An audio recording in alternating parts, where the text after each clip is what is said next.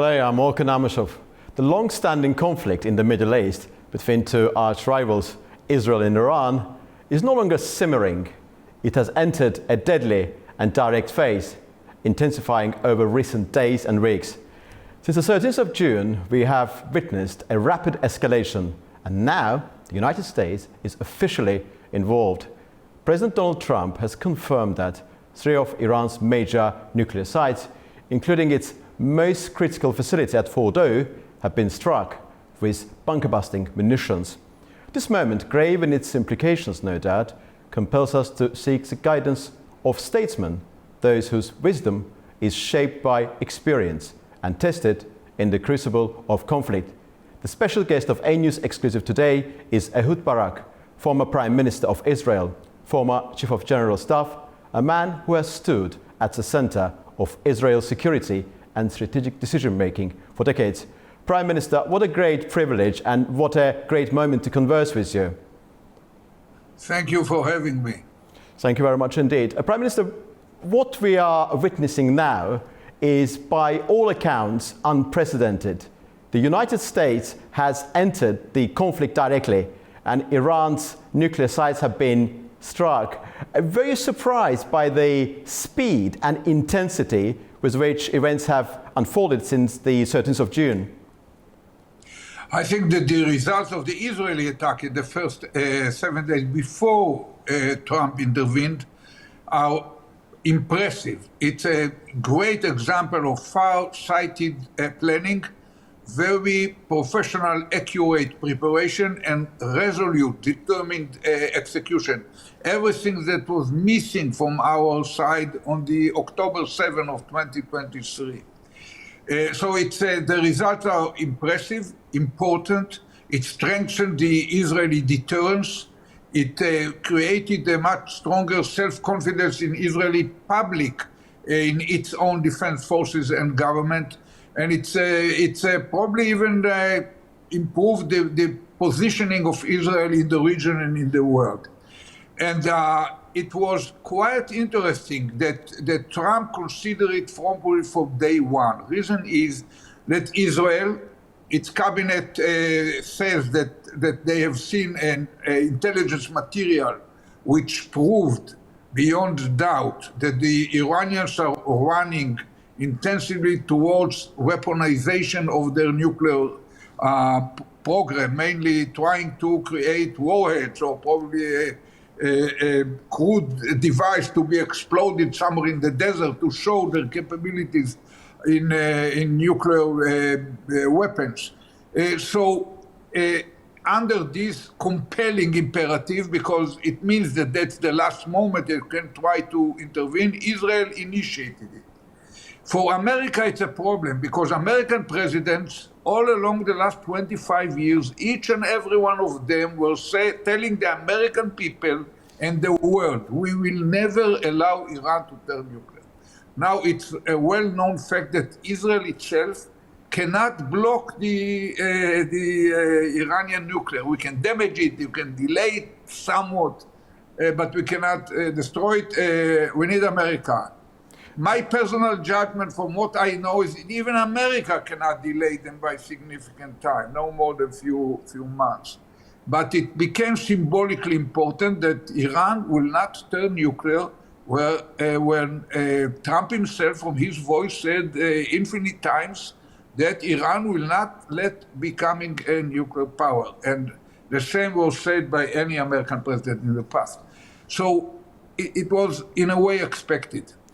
I'm not sure whether it's a one-time shot that will not have a continuation. Probably that's the case, because American had many American people in uniform exposed. They have huge bases. The biggest American Navy base is somewhere in Bahrain. The biggest American Air Force base is somewhere in Qatar. And there are bases in Saudi Arabia and Kuwait, with thousands of Americans in each of them, and they might become targets. It's a great worry for America. Israel, in the last 8 days, destroyed many of the launchers in western Iran, which are pointing to Israel. But the short-range launchers that are aimed at the American bases in the Gulf are still there. So I don't know whether it's a full commitment to join hands with Israel until the whole nuclear program will be eliminated, or the regime toppled, or it's just one-time shot to make sure that they showed their readiness and they presented their support for Israel, and it will stop there.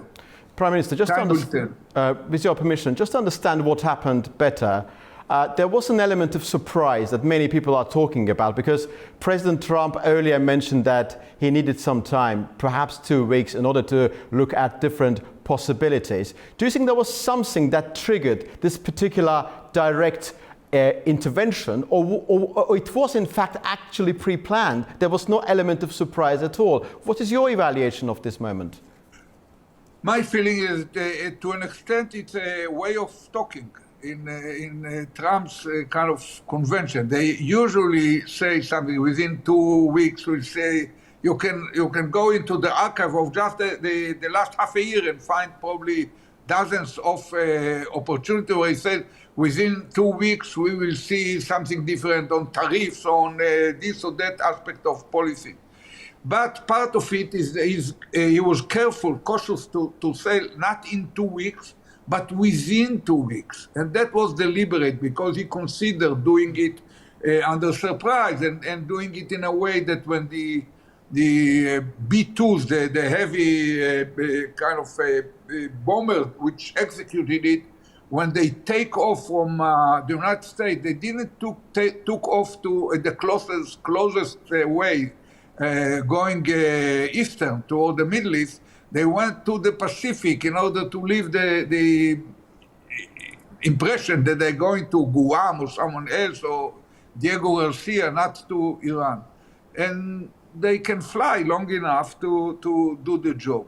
But the important point now is to wait and see through satellite photos what are the actual results. The president announced that it's a big success and it's probably destroyed or paralyzed or whatever. We have, my experience in these issues, we have to wait to check very cautiously the satellite to see to what extent was it just a certain blow to the installation, or it fully destroyed its capacity to enrich uranium. And another point to be taken into account is the fact that, to the best of my judgment, even if both Natanz, the other installation, and Fordow, which is much heavier fortified, even if those two sites are out of working, they cannot enrich in the next year. That doesn't mean that we blocked the Iranian nuclear military program, because they still have 450 kilograms of enriched uranium to 60%. Probably they have more and we don't know it, but they have at least 450 kilograms to enrich them to weapon grade, which is slightly above 90%. It's something very simple. It doesn't need huge sites like Natanz or Fordow. It could be done in a place probably 2 times of the apartment where I'm sitting now, or probably the building from which you are broadcasting. Nothing very complicated, you can hide it. Iran is the size of half of Europe. And they have 80 million people, so it's not impossible, it's not inconceivable that they still have enough know-how, enough material, enough everything to decide within 3 months to have a detonation of crude device in the desert, where seismographs in India, from India to Sweden, will immediately in real time tell you it was a nuclear reaction, and start to produce about a dozen or so of weapons. And that will, in a way, embarrass the rest of the world. That's only one, probably the worst, but one of the scenarios that might follow. Indeed, so the entire picture is indeed quite complicated and extensive. And although I think that you already responded to the question that I'm about to ask, President Donald Trump has already stated that Fordo, which was, is regarded as crown jewel of Iran's nuclear program, is gone. I guess in your assessment, Iran is still an existential threat to Israel. You already effectively reflected on that point, Prime Minister. And one more question about the current crisis. Iran has been, naturally, everybody knows that, has been preparing for this current situation for some considerable time. Do you believe that the scenario of the war of attrition between these two countries, Israel and Iran, is still a possibility after this latest US strikes? I will try to deploy all four potential trajectories of development from here. Number one is America join hands with Israel for all out and going, not one shot, and all out war against Iran, where the actual objective will be to topple down the regime with the hope that it will end up the military nuclear threat. I think that that's an option, but it's very low probability because, as I believe, Trump was ready to take this action. He won't be interested in going against his own mega movement, not just against the Democrats and other critics in the world. He won't be interested in involvement in a full-scale war for America. Reason is that America never won a major war, not Grenada-like or Panama, major war in the last 8 years. They did not win in Korea, they did not win in Vietnam, they did not win in Iraq, they did not win in Afghanistan. I don't believe the American president has an appetite to go now in a new full-scale war. So that's low probability. Number two is the possibility that now weakened, more vulnerable, and in a way somewhat humiliated Iran, which is not good to those who understand the Iranian psyche. But weakened and vulnerable for sure, will be coerced into negotiation. Israel won't be around the table. Look, negotiation with the Europeans and America, probably the participants of the JCPOA, the previous agreement, and achieve a better agreement than the previous one. That's not a bad path, not a bad option.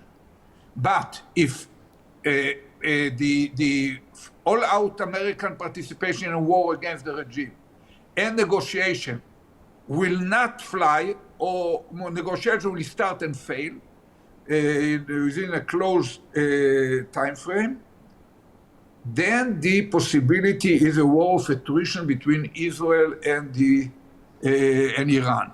America might help Israel with munitions for its air force, or probably with missiles to intercept beyond our anti-missile arrows, some American interceptors. But that's a bad idea. I think it's a bad idea for Iran as well, but it's for sure a bad idea for Israel.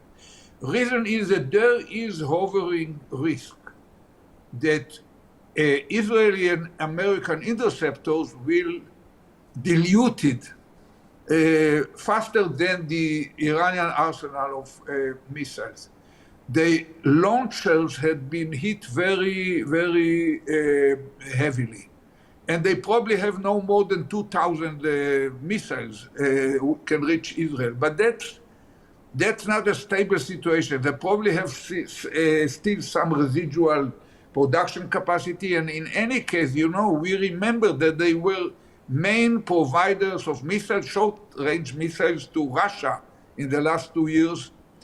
And it's not inconceivable that we will see missiles from North Korea or Pakistan and or China with launchers making their ways to Iran. So long-term attrition war where our Air Force vis-a-vis their missiles is a bad option for both. But the worst option goes even further. it is that the Iranian will deduce from what happened in the last 10 days. Their conclusion might be that if they were already nuclear, no one would have dared to attack them this way. And that's a point to think. They might argue the following. Nuclear power, according to foreign sources, as we say in Israel, foreign sources believe that Israel is nuclear power. They will say, Iranians, a nuclear power named Israel, backed by nuclear superpower named America, attacked us without provocation, as they will argue. Of course, it's not true, but that's what they will say. Now we have no choice but to turn nuclear ourselves. And because, as I've mentioned earlier, it's not clear that we already blocked them physically from being able to do it, they might enter into negotiation, trying to hide secretly preparation for rushing toward weaponization or detonation of a crude device in the desert.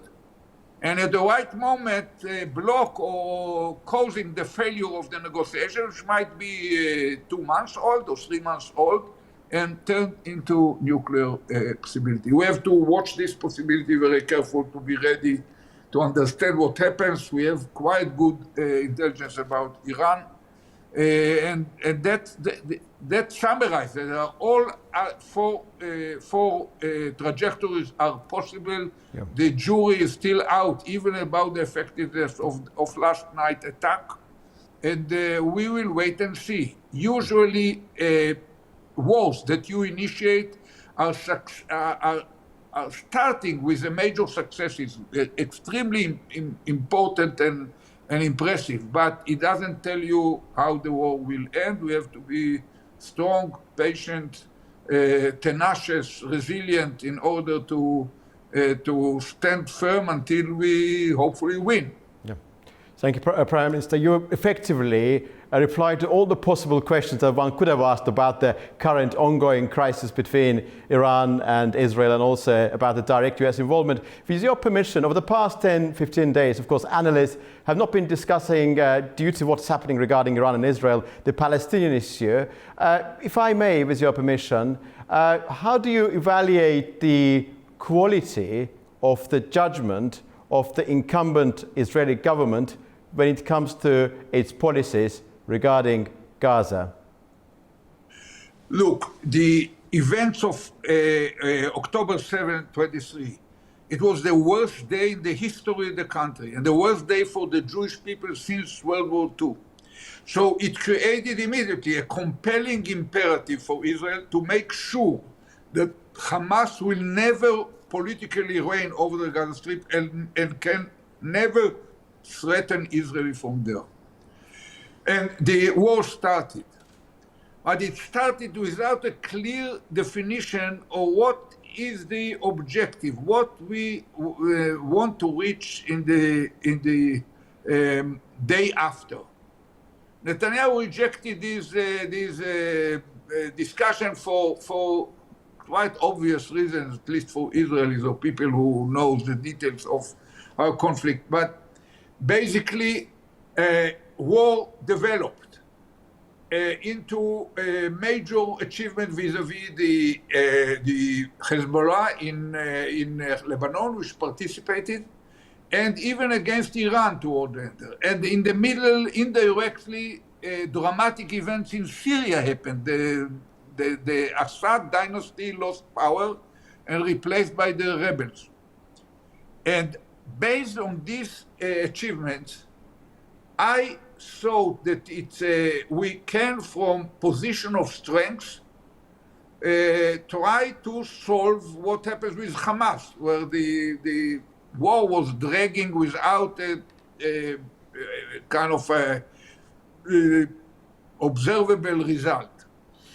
I thought that it makes sense to have a major deal, bring back all the hostages, release many thousands of Hamas people from our prisons, and solve the problem. What it means to solve the problem? It means to bring in an inter-Arab force made of members of the peace agreement or the Abraham Accord, Egyptian, Jordanian, Emiratis, for a temporary time, for two years with provision to stretch it for 30, backed by Arab League majority rule, and if needed by UN Security Council resolution. The financial means to reconstruct Gaza will come from the UAE and Saudi Arabia. A government of technocrats will be created, and the Palestinian bureaucracy will be established. I am not afraid of Hamas under this situation because they can dare to shoot at Israel as long as we are there and they're there. And there is no easy way to get rid of the last terrorist, the last Kalashnikov, the last IED, or the last rocket. They cannot dare to shoot at Egyptians because the Egyptians holding the oxygen pipe to Gaza. They cannot dare to shoot at Emiratis because they holding the wallet for the reconstruction. So they will have to accept it, and they will have Israel will have only two conditions. Number one, not a single individual who was member of the armed branch of the Hamas, not just the fighter, also the rocket operator, the labs, the spokesman, doesn't matter. And no person who belongs to the military branch of Hamas can participate or take part in any organs of the new entity. And the second is that Israel at the beginning will pull out to the perimeter, about a kilometer or half a mile depth into the Gaza Strip, and will not pull out back to the border before all the milestones, pre-agreed milestones about security, because there is a need to build a new security force as well under Arab League and American supervision, until all these milestones are achieved. So this was the factor. It was on the table from the first or second month of the war, presented by Biden. At the time, it was easy to achieve it because it appeared to be a way to save Gaza and the Gazans from much deeper destruction. Now it's more complicated because a little bit, some people might look at it as a way to save Israel from sinking deeper into the mud in Gaza. But I strongly believe it's still possible. That should be the problem. Now, for reasons that I cannot fully explain, our government did not touch it. For them, it seemed that that's, the mentioning of Palestinians and so on, and it sounds that it's not absolute or total victory or something like this. I think that the real reality was from day one that the only way to defeat Hamas, replace him politically and make sure that it cannot threaten Israel, was to replace it by another entity which is legitimate by international law, international community, neighboring Arab countries who have peace with Israel or members of Abraham Accord, and the Palestinians themselves. So it cannot be a Swedish force or Azeri force or whatever. It should be Palestinian in nature. And that's part of just being connected to reality. And our government, under the shattering impact of 7th October, and even under ideology, which started years before, where they set an idea that is not congruent with realities, that Hamas is an asset and the Palestinian Authority is a liability, rather than the other way around. And once the government adopted it, it followed out of inertia with this idea that, it cannot be Palestinian. Not even Palestinian under Egyptian and Emirati and American supervision. So that was a great mistake, and I think that it could be corrected now, because after these, preliminary impressive achievements in the battlefield against Iran, It's another point where out of a position of strength, Israel can try to put an end to the war in Gaza with an arrangement like the one I've just mentioned. Yes, Join Prime hands Minister, with, the way you release described... all the hostages, Yes. release all the hostages, and joining the vision of Trump of a new Middle East, have normalization with Saudi Arabia, widening the circle of members of Abraham Accords, and participate even in the trade corridor that is planned to be open from India through the Gulf, from Israel to Europe. All these opportunities are at our hand, but we need a government who is daring to take decisions about the future, not just about the immediate operations of next day. One more question about the particular circumstances regarding Gaza.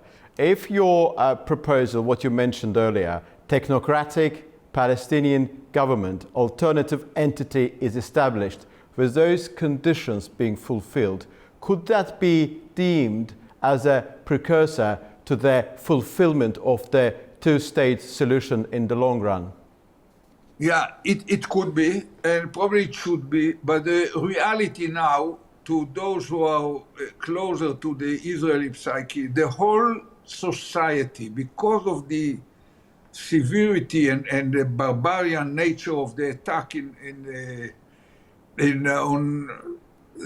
October 7th, 2023, the whole public sees it as a kind of immediate and existential. There is still a very strong pain in Israel, very strong rage, a feeling of, in regard to Hamas, of frustration, kind of a certain feeling of humiliation, and calls for revenge. So if you now, an Israel politician, or even out of politics, I'm out of politics, but I'm the harshest critic probably of the government. Even you cannot talk to Israelis now about two-state solution and without losing their attention, because they see too many issues still much more urgent and too much emotions and energy. But that's understandable. You know, it's humane. It happens to individuals. It happens to all over collectives in the past, and in this case for sure. And you have, as a leader, you have to emphasize, to show emphasis to it and to understand it. But leaders should never lose sight of this detached, sober observation about reality, however complicated. And in the long term, the only way is to disengage ourselves from the Palestinians, to delineate a line within the Holy Land in a way that most of our settlers and our strategic needs will be within this line. But beyond this line, that should not cover more than a single-digit percentage of the area of the West Bank and Gaza. Beyond this, there should be a place for a demilitarized but viable Palestinian state. This is the only way, because the other, it's not a favor that we are supposed to do to the Palestinians because they are suffering. It's about our own security, identity, and future. Because if the whole area from the river to the sea, you know, there are many demonstrations now all around the free world, from the river to the sea, Palestine will be free. And most protesters do not know even which sea we are talking about, which river. But if in this area, between the river and the sea, there is only one political entity named Israel, which reigns over the whole people, it's a problem, because the population, there are 15 million people, about half Jews and half no Jews. So if only one entity named Israel is reigning over this area, it will become inevitably, that's the keyword, inevitably, either non-Jewish or non-democratic. Because if this block of millions of non-Jews, mainly Palestinian Arabs, they can vote to the Knesset. This is a binational state overnight. and within very short period, historically speaking, it is a bi-national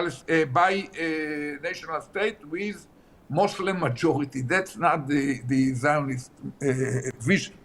And if they cannot vote permanently, they already do not vote, many of them, for 58 years, but we call it temporarily. If permanently they cannot vote, that's not a democracy. I don't have to use a name from a neighboring continent in the previous century. But it's not a democracy.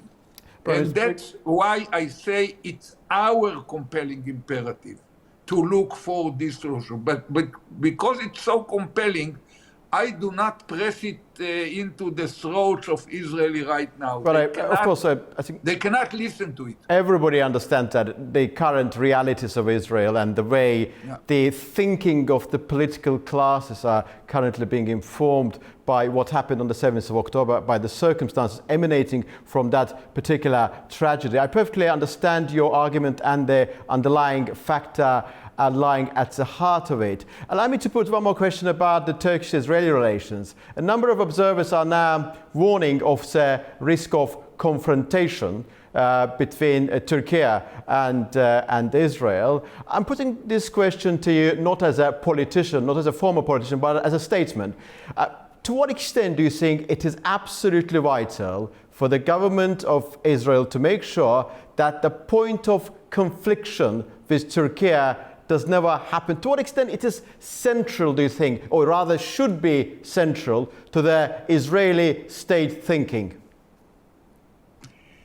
I think that Turkey is one of the four pillars of the Middle East. Or four, non-Israeli with Israel is probably five. The two non-Israeli pillars are Turkey, Egypt, Saudi Arabia, and Iran. And Israel is the fifth one. And we have interest to be in good relationship and kind of collaborative, mutual respect and normal relationship with any of those pillars who are ready to accept us. It goes very well with the Egyptians right now. We have almost 40 years of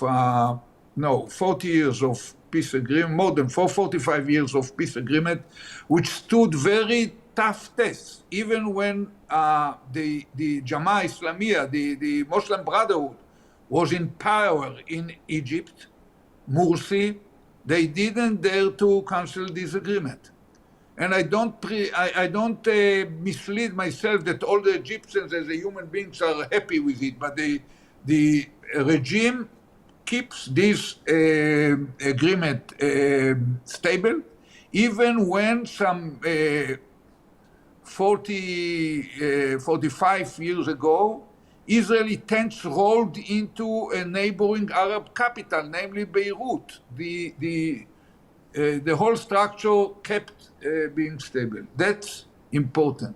We had very good relations with Turkey for many, many years, both with the previous government under what the Demirel was president, and Chavit and others were prime minister, and even with Erdogan.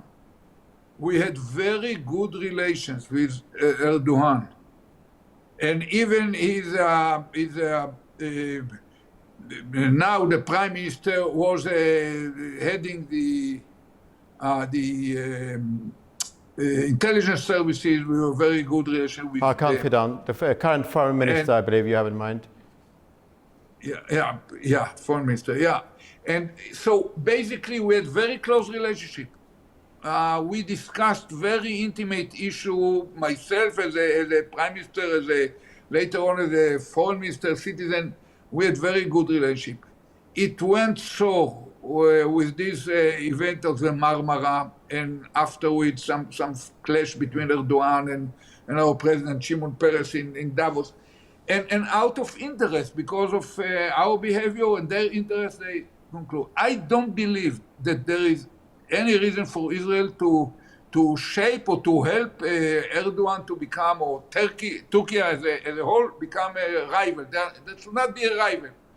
I think that even the role in Syria now is basically positive. They worked behind these rebels who had some unacceptable behavior at the time, but they could change right now, or at least we can see certain signs of being ready to change.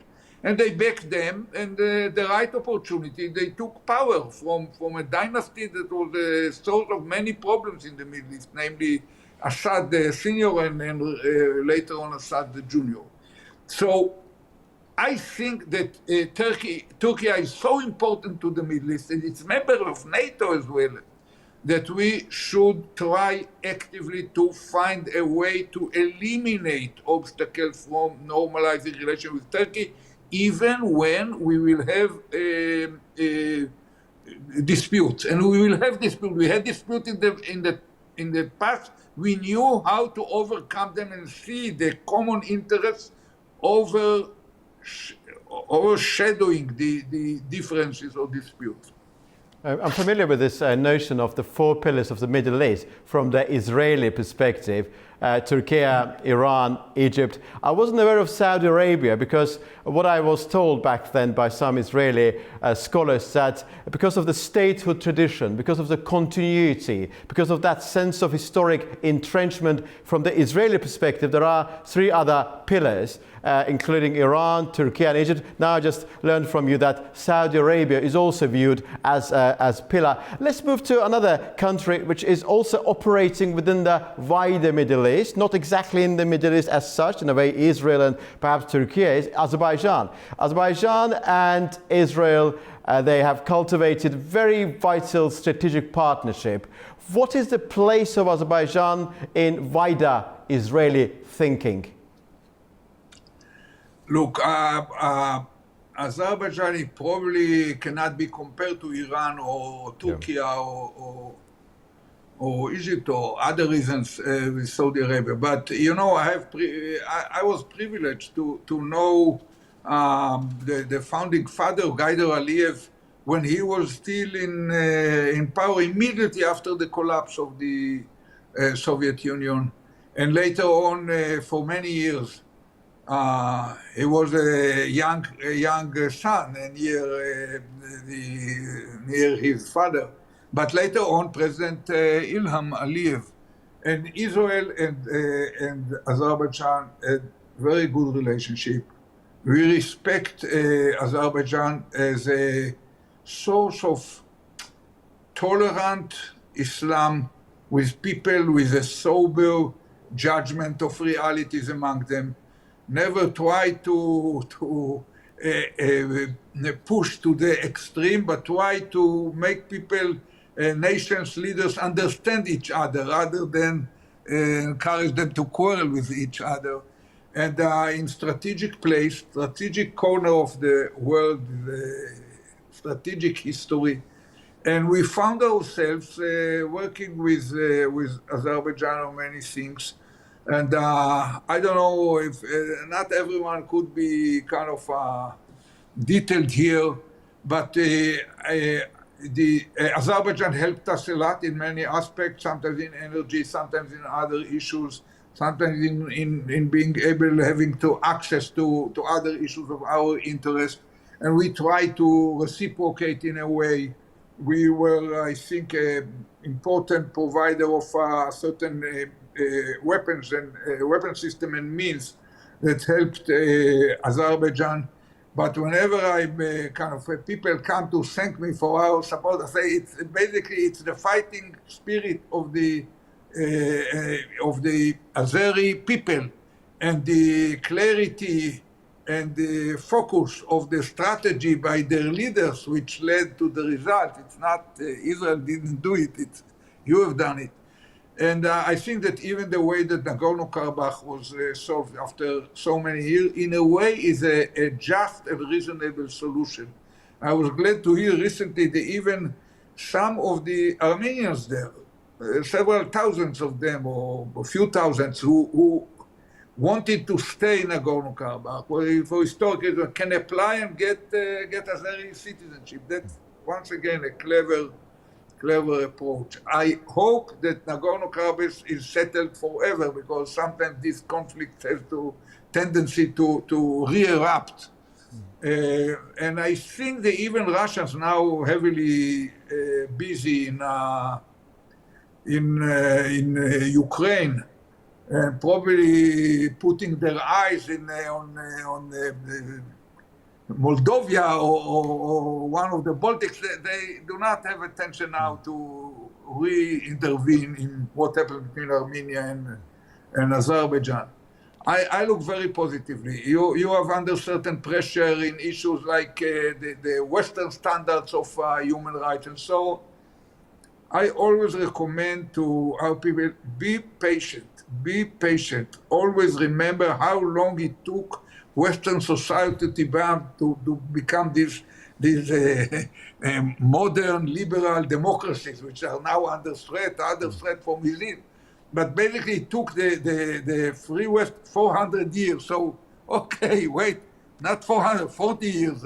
Be more patient in all these issues. Yeah, Prime Minister, we discussed a number of issues today. We started with the current subject, of course, the Iran-Israel confrontation and the direct US involvement. Then we discussed the issues related to Gaza, the crisis there. Then we discussed as you described them, 4 pillars of the Middle East from the Israeli perspective. We looked at Azerbaijani-Israeli relations. My last question is going to be about, again, Israel and Azerbaijan. You mentioned earlier about the conflict is over, but the peace treaty between Azerbaijan and Armenia needs to be signed, of course. And many analysts say that this will increase Azerbaijan's geopolitical cloud. Azerbaijan have been trying to build constructive relations with all of its neighbors, including Iran. And as you know, that Azerbaijan made very clear that its territory will not be used against any other third country, including Iran. But about Israel, there is a strong affinity, which I've discussed with many Israeli experts, former statesmen.